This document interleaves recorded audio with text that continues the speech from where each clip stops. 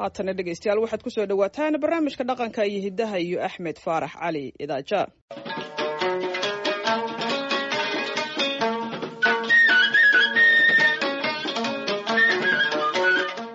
waa barnaamijkii dhaqanka iyo hiddaha ee laanta af soomaaliga ee v o a-da.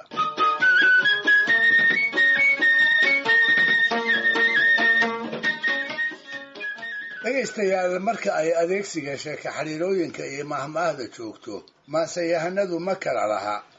umana kala qaybsanee way u siman yihiin kuwa dambe iyo kuwa hore. macnaheedu wuxuu yahay maansada soomaaliyeed ee casriga ah inta aad dhex mushaaxayso waxaad kolba ka kor dhacaysaa maanseyahan tixdii uu tiriyaba hal maahmaah iyo ka badaniba ay ka dhex muuqdaan. hal-abuurada haddaba aqoonta maanse curinta loo fududeeyey ee markay wax tirinayaan adeegsiga maahmaahdu uu haddiiba maankooda ku soo dhaco waxaa allaha u naxariistee ka mid ah cabdulaahi macalin axmed oo dhoodaan ku magac dheeraa. malahayga waa dhif gabay uu leeyahay oo aan maahmaahdu ku googo'nayn, taasoo aad mooddo marar badan inay ka tahay dhoolatus uu ku bandhigayo aqoonta dheer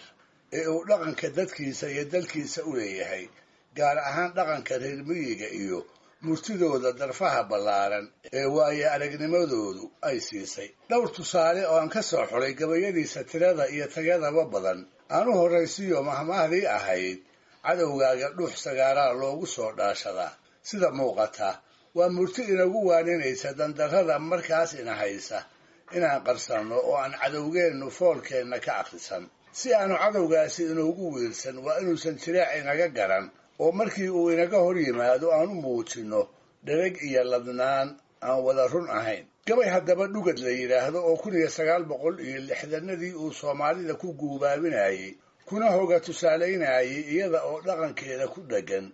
in haddana gaadhista horumarka casriga ah ay u xusul duubto. gabaygaas ayuu dhoodaan mahmaahdaa ku soo qaatay isaga oo weliba ujeeddadeeda shishe ee looga dan lahaa inoo sii kala dhigdhigaya. wuxuu yidhi, raggiisa aabbayaasheen dhalay baa dhaafay hadal weyne maahmaahyaday noo dhigeen midaan ka soo dheegay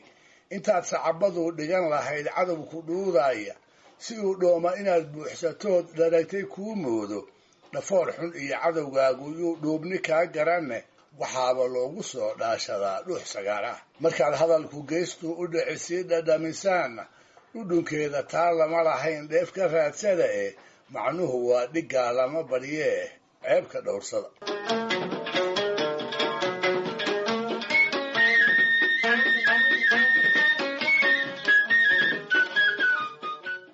isla xilliyadaas ayuu dhoodaan tiriyey gabay isagana uu soomaalida ku hoga tusaalaynayo. tixdaas ayuu gabyaagu wuxuu inoogu muujinayaa farshaxanimada uu maahmaahda maanse ugu rogi karo iyada oo inay dhib ku tahay aan innaba laga dareemayn. wuxuu soo qaatay 4 maahmaahood oo kala ah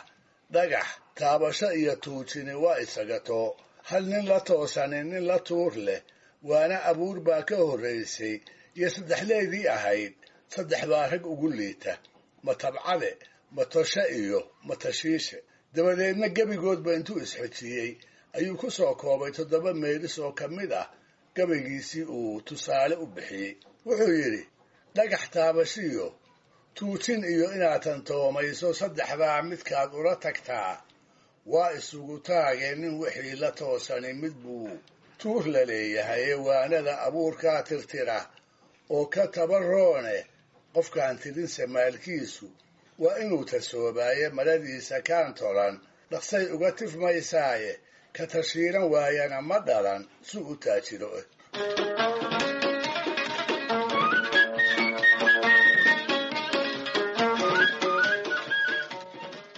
soomaalidu waxay kaloo ku mahmaahdaa hasha 2 geel jecel dhexdoodaa bahal ku cuna. waxaa lagu mahmaahaa keli ama koox kolba ciddii aan go'aan adag lahayne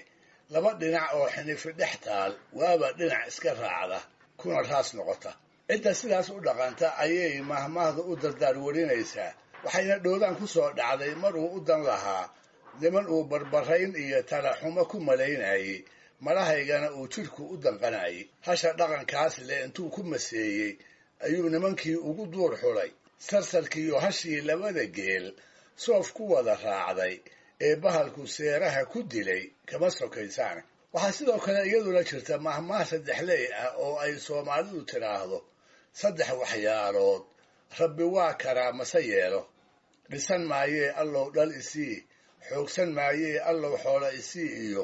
camal falan maayee allow ha e cadaabi isla gabaygiisii xarafka siinka ah ku tirsanaa ayuu dhowdaan mahmaahdaasna u adeegsaday isaga oo nimankii uu canaananayay markaas quuska jooga waxa u muuqatay inay ka soo reeyaani inay riyo uun tahay afarna looga dhigi karo saddexda arrimood ee uu eebba karo hase ahaatee aanu weligii yeelin sidaa darteedna aan marnaba dhicin oo iyaga oo rumoobay aan waana loo soo joogin markaas buu yidhi saddexdii la yidhi eebbahay suuro gelin maayo sancadiinna saaweyn kartaa laga saliiliyoon cilmiga barbaarinta carruurta inkastoo aanay magacaas u aqoon haddana soomaalidii hore wax weyn baa uga bilownaa in badan oo ku saabsan hababka korinta dhallaanka iyo kobcinta garaadkooda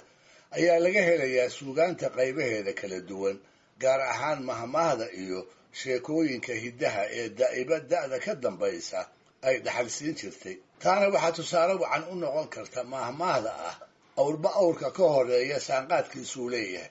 oo macnaheeda dhowi uu yahay haddii laba rati ama ka badan la isku xidhiiriyo wuxuu mid waliba yeeshaa saanqaadka midka ka horreeya oo kale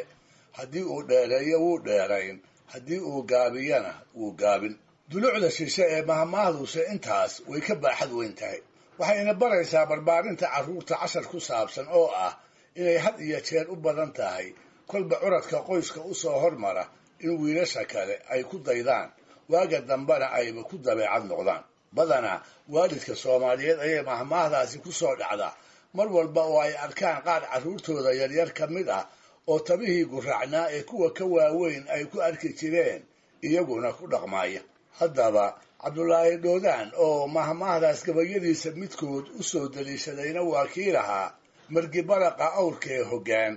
lagu makaabeeyey ka xiriirka la ysugu maray ee daba mushaaxaya tallaabadiiyo miidaanka socod